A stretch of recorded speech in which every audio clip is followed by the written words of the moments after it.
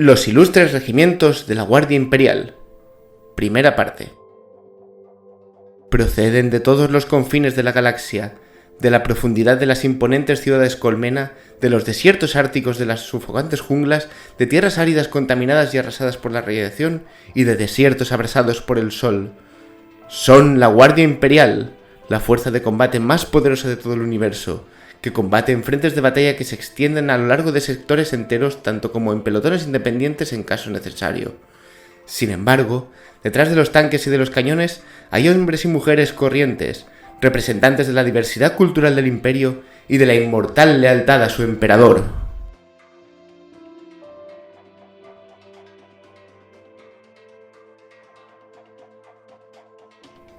La Guardia de Hierro de Mordia.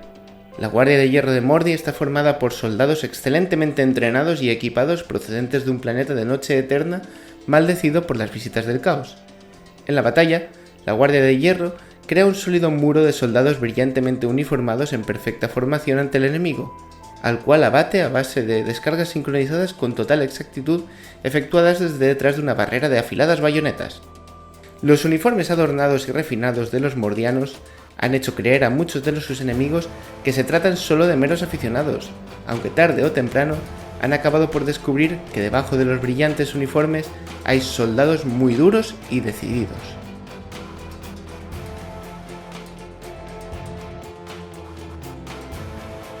En los extensos y siniestros anales de la Inquisición se recogen multitud de historias de traición y de horror, de mundos destruidos por completo y del triunfo de la avaricia y de la estupidez del hombre.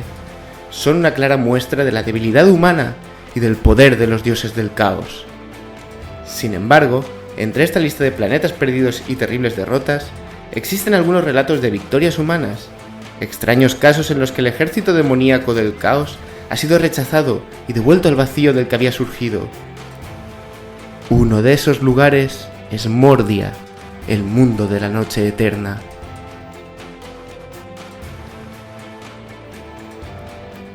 El día de Mordia dura lo mismo que un año mordiano, ya que el pequeño planeta da un giro completo sobre su eje cada vez al dar una vuelta a su sol. Como consecuencia, una de las caras de Mordia se encuentra siempre bajo el ardiente calor del sol, mientras que la otra yace en perpetua oscuridad. La cara carbonizada es desolada y árida, un desierto de rocas astilladas y cañones por los que lucharon poderosos ejércitos durante la era de la apostasía hace muchísimos años. En Mordia, toda la vida se encuentra en la cara oscura. El lento movimiento de rotación de Mordia no consigue remover su densa atmósfera, por lo que el clima es siempre caluroso y sin brisas naturales que renueven el aire opresivo. En la sofocante oscuridad, los mordianos hacen su vida cotidiana. Unas ciudades antiquísimas y medio en ruinas se extienden por la superficie del planeta. Unas torres piramidales escalonadas se elevan hacia el cielo como si fueran montañas apuntando al espacio. Cientos de millones de personas viven en la superficie de esta tierra que no llega a una décima parte del tamaño de la Tierra. Mordia es un mundo superpoblado, oscuro y sofocante, cuyos gobernantes, los tetrarcas, deben librar una batalla constante contra la anarquía. Solo la gestión más cuidadosa de los recursos de Mordia es capaz de mantener con vida a la ingente población. Toda la comida, la ropa, los recursos y materiales de primera necesidad se controlan, racionan y reciclan estrictamente. Ello permite sobrevivir a los mordianos, aunque con el mayor de los esfuerzos y en un considerable empobrecimiento.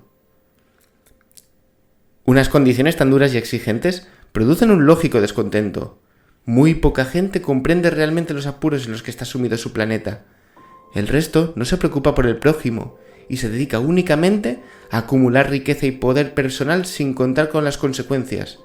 En las ciudades decadentes de múltiples niveles, el crimen campa a sus anchas. Los gángsteres y señores de Lampa son los reyes de un submundo en el que la vida no tiene ningún valor y donde los desesperados no son más que simples peones movidos al gusto de sus amos.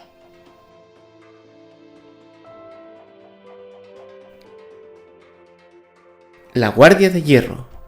La Guardia de Hierro de Mordia se interpone entre el orden y la anarquía. Son los paladines de la tetrarquía de Mordia. Llevan uniformes de colores brillantes y son ferozmente leales a su causa. Sus enemigos son todos los que se dedican a traficar con los escasos recursos de Mordia o que amenazan su existencia.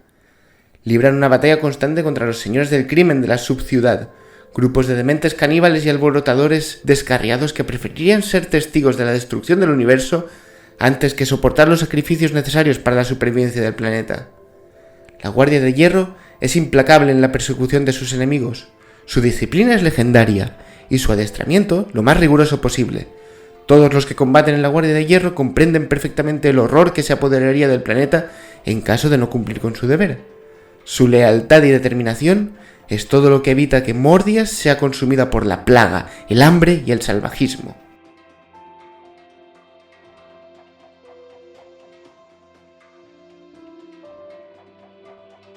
La conspiración del caos.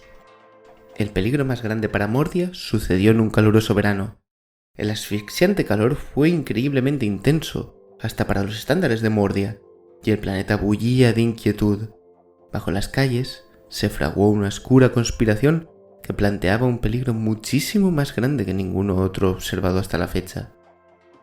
En las profundidades se reunió un misterioso cónclave, un grupo de hombres que conocían con exactitud las riquezas de Mordia y las querían para sí. Apartados de la vista de los ciudadanos más cuerdos, realizaron sus encantamientos e invocaron a los oscuros dioses del caos. Se lanzó un conjuro. Es imposible afirmar cuánta sangre inocente se derramó para potenciar aquel ritual o qué siniestras súplicas fueron elevadas a sus amos oscuros. Los que lanzaron el conjuro buscaban únicamente el enriquecimiento personal, pues sus ansias de poder no tenían límites, y si para ello debían destruir el planeta, lo harían. Sus millones de habitantes les importaban tan poco como a los dioses del caos. El verano se fue haciendo cada vez más caluroso a medida que el conjuro se acercaba a su término. En la capital empezaron a ocurrir cosas extrañas. Las multitudes caníbales y bandas criminales estaban agitadas.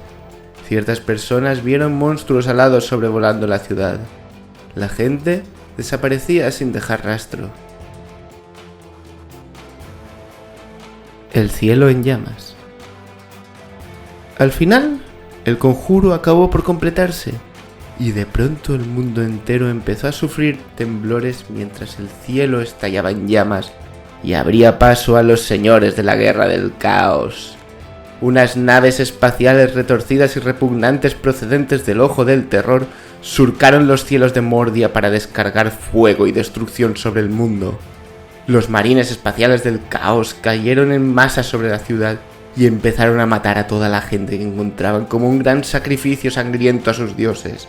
Los demonios acechaban en las torres ardientes y daban caza a las almas de los que huían de la masacre que se estaba produciendo abajo.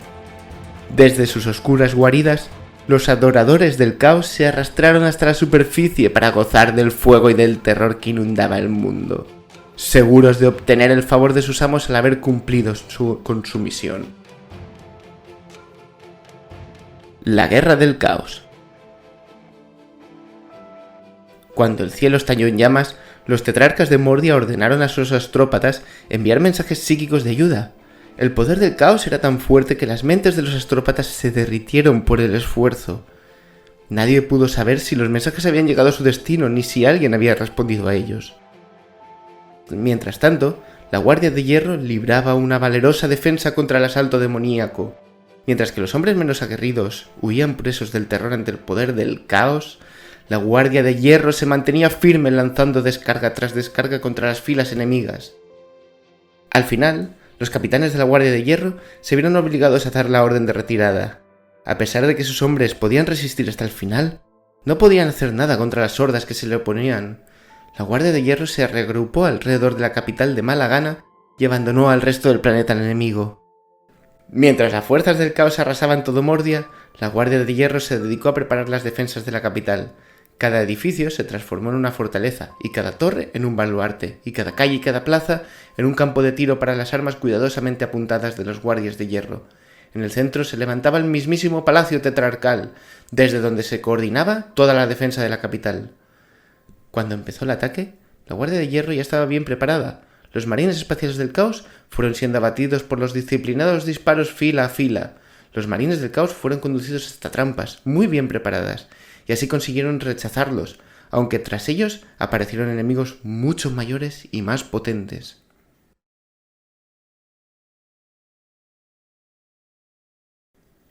El ataque desde las profundidades. De las alcantarillas y los conductos de servicio surgió un ejército formado por los que habían vendido sus almas a los dioses del caos. Sus miembros, vestidos con harapos y armados tan solo con barras de hierro y cadenas, se lanzaron contra los defensores. Al estar impulsados por su demente devoción al caos, no les importaba mucho vivir o morir, y miles de ellos fueron abatidos por las armas devastadoras de la Guardia de Hierro. Sin embargo, aquel ataque procedente de un flanco inesperado dejó a los defensores indefensos ante el asalto siguiente. Las fuerzas del caos se lanzaron contra la Guardia de Hierro con gran determinación. Los demonios y los marines del caos avanzaron como un solo ser. Los desangradores de Khorne profirieron un rugido capaz de helar la sangre de los mortales. Los guardianes de los secretos vagaban por el campo de batalla matando con una mirada fulminadora a todo el que se atrevía a contemplarlos. Unos horrores saltarines iban dando brincos y parloteando, formando una bruma mágica de energía incandescente. Era una visión terrorífica, pero la Guardia de Hierro se mantuvo impertérrita ante aquel espectáculo descorazonador, a pesar de que muchos de ellos pagaron el precio por su lealtad. La Guardia de Hierro se fue retirando calle a calle, edificio a edificio, hacia el centro de la ciudad. Sus filas se fueron estrechando, aunque sin romperse, repeliendo un ataque tras otro. Cuando las bajas se hacían demasiado graves como para seguir adelante, o cuando las posiciones se veían flanqueadas y la situación se hacía insostenible, la Guardia de Hierro se retiraba a otra línea de defensa, reservando siempre todos los hombres y mujeres y las armas que podía. Era una batalla librada con la máxima capacidad estratégica y disciplina que podía esperarse. No obstante, era una batalla que los mordianos estaban destinados a perder, y al final llegó un punto en el que ya no tuvieron ningún sitio al que retirarse.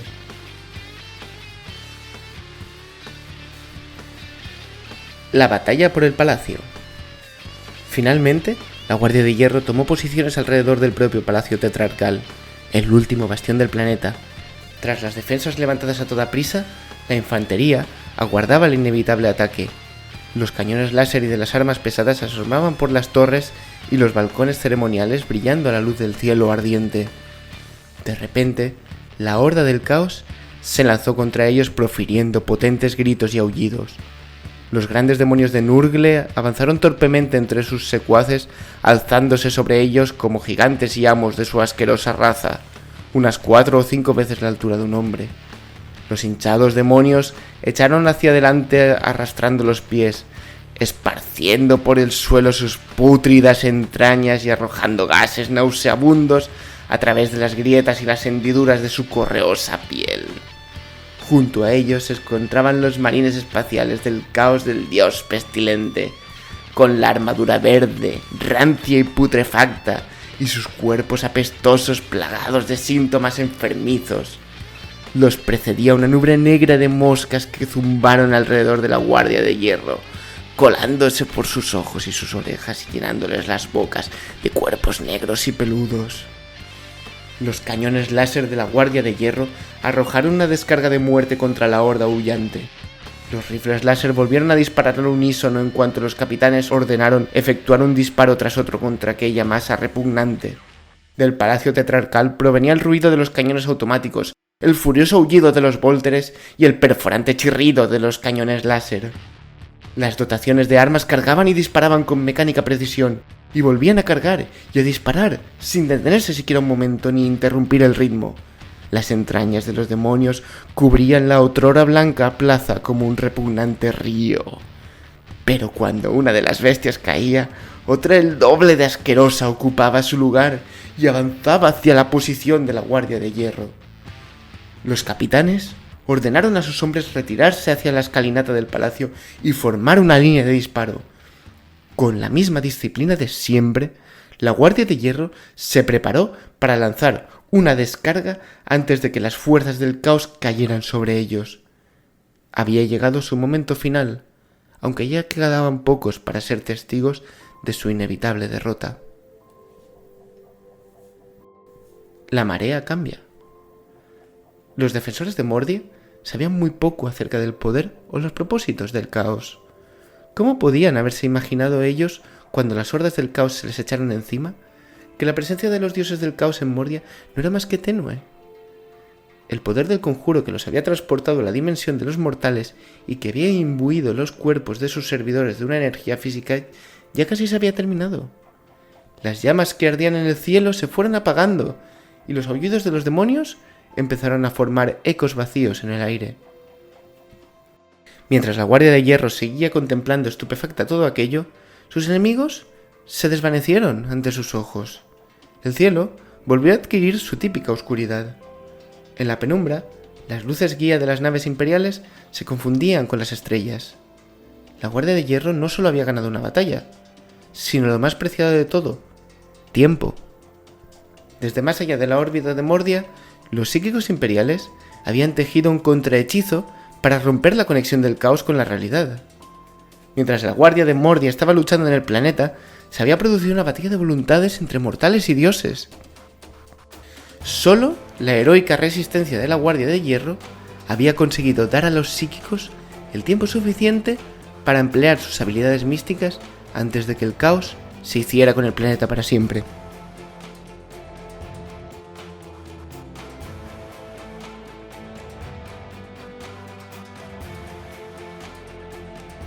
La defensa de Barbarossa. En 796 Milenio 41, el mundo colmena imperial de Metrolis fue invadido por las huestes del caudillo orco conocido como el Gran Déspota de Degruk. Afortunadamente para los metrolisianos, la horda del Gran Déspota aterrizó a unos 1000 kilómetros de distancia de la colmena principal, Barbarossa. Los Pieles Verdes empezaron a conquistar las colmenas cercanas que se encontraron por el camino entre las dunas de ceniza. 4 colmenas se interponían entre el Déspota y Barbarossa, y en cada una de ellas los Pieles Verdes se encontraron con una firme resistencia. Cuando la duración de la marcha de los orcos pasó de días a semanas y luego a meses, se reunió un regimiento de Mordia, que se encontraba a solo 15 años luz de distancia, y llegó al sistema Metrolis.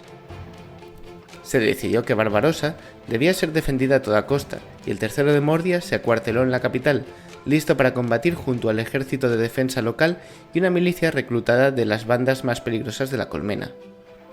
A los nómadas de las cenizas también se les obligó a prestar servicio en el ejército, y realizaron un gran trabajo a la hora de atacar y retener el avance de los orcos todavía más, lo que aportó más tiempo para preparar la defensa de Barbarossa.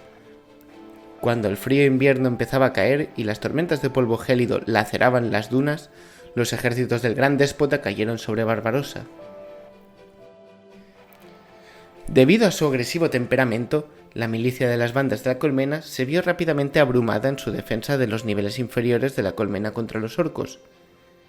En los confines cercanos de los túneles y cámaras estrechas, las distancias cortas daban ventaja a los orcos más que a los defensores humanos.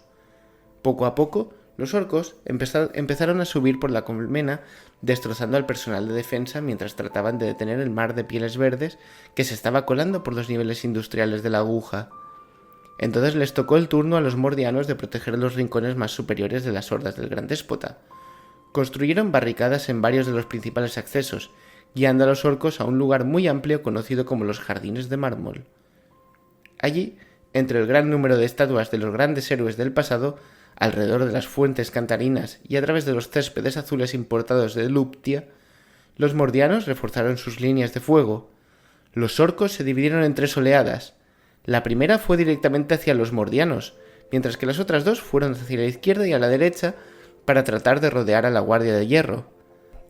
Arrojaron descarga tras descarga de disparos láser contra las filas orcas, acompañadas por el rugido de los vólteres pesados y del retumbar de los cañones automáticos. Las latas acecinaz orcas explotaban en llamas tras las ráfagas combinadas de los cañones láser que barrían el espacioso parque. El ataque frontal se detuvo del todo, mientras que el flanco de izquierdo de los mordianos logró detener el mar de Pieles Verdes que trataba de atacarlos por aquel extremo del frente. No obstante, por la derecha, los rápidos ataques relámpago de los vehículos ligeros orcos y chicos duros se estrelló contra los mordianos destrozó su formación y penetró profundamente en sus rígidas líneas de tiro. Fue entonces cuando el coronel Grauer utilizó sus reservas, una compañía de tanques lanzallamas Hellhound y una semicompañía de Lehman Russ Exterminators. Los vehículos acorazados se lanzaron hacia la refriega procedentes de la rampa principal de acceso al jardín de mármol, vomitando fuego por los cañones de los Exterminators y abriendo una sangrienta brecha entre los apretados orcos con cada ráfaga. Los Hellhounds se estrellaron contra las filas orcas y docenas de pieles verdes fueron consumidos en la conflagración. Cuando sus aullidos agonizantes resonaron por encima del crepitar de las llamas, la horda orca empezó a retirarse. Entonces respondió la infantería mordiana, avanzando a pelotones para vertir todavía más disparos contra los orcos que se retiraban. Los pocos orcos que sobrevivieron huyeron hacia los confines más profundos de la colmena, y hoy en día se siguen provocando incendios en los niveles inferiores para garantizar que no vuelvan a crecer lo bastante como para poner en peligro la colmena.